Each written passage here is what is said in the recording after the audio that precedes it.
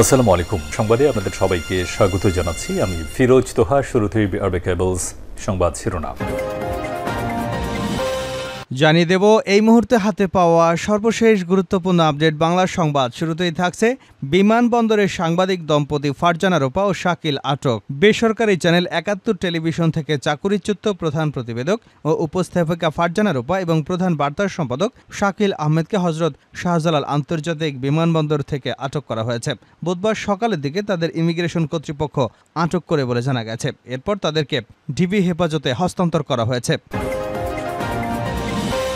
এবারে জানাবো নজরুল হামিদের প্রিয় প্রাঙ্গণে শুধু নোটের বান্ডিল আর বিদেশি মুদ্রা।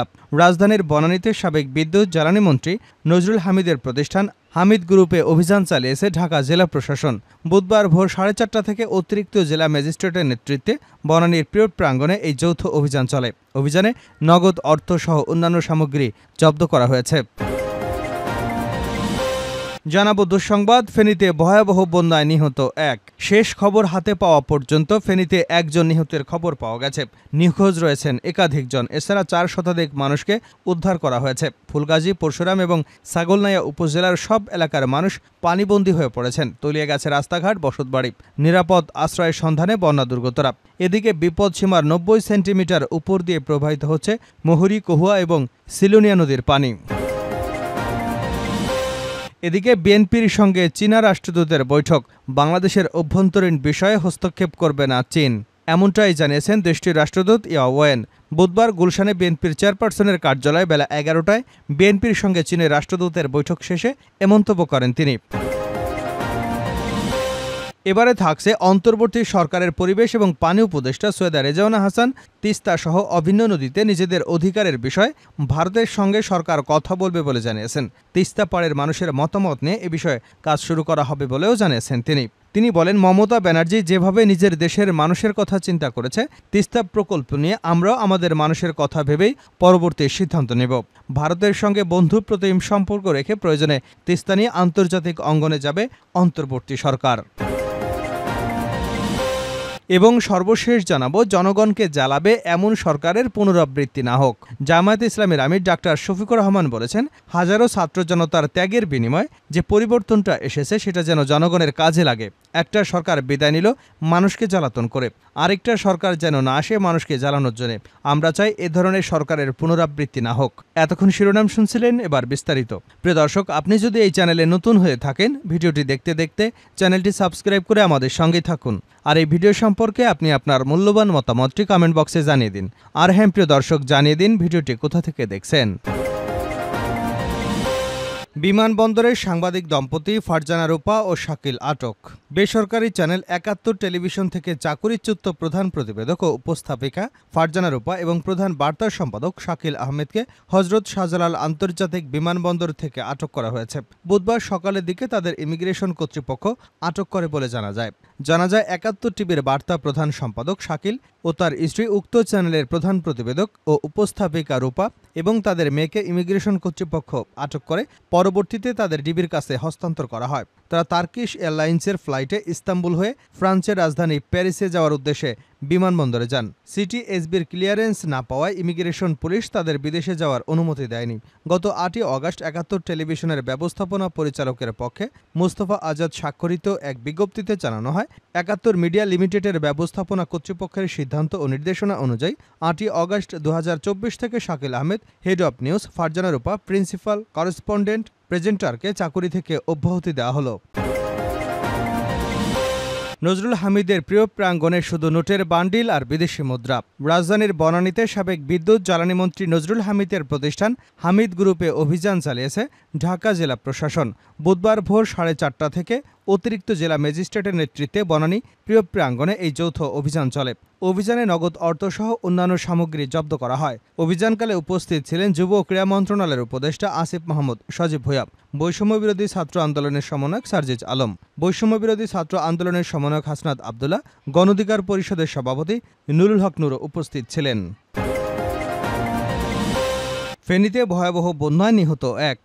ভয়াবহ বন্যায় একজন নিহত হয়েছেন। নিখোঁজ রয়েছেন একাধিক জন। এছাড়া 4 শতাধিক মানুষকে উদ্ধার করা হয়েছে।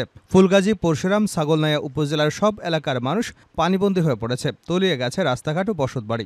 নিরাপদ আশ্রয়ের সন্ধানে বন্যা দুর্গতরা। এদিকে বিপদসীমা 90 সেন্টিমিটার উপর দিয়ে প্রবাহিত হচ্ছে মহুরী, কহুয়া এবং সিলোনিয়া নদীর পানি।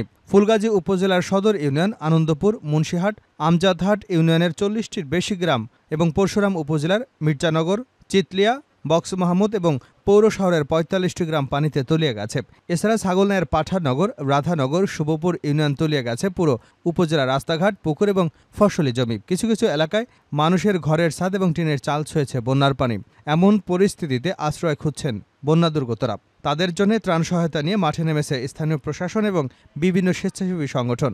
বুধবার পরশুরাম উপজেলা নির্বাহী কর্মকর্তা আফরোজা হাবিব শাপলা বলেন, ভয়াবহ এ বন্যায় স্থানীয় পৌরসভা, উপজেলার প্রায় অধিকাংশ গ্রাম প্লাবিত হয়েছে। পানিবন্দী হয়ে পড়েছেন অসংখ্য মানুষ।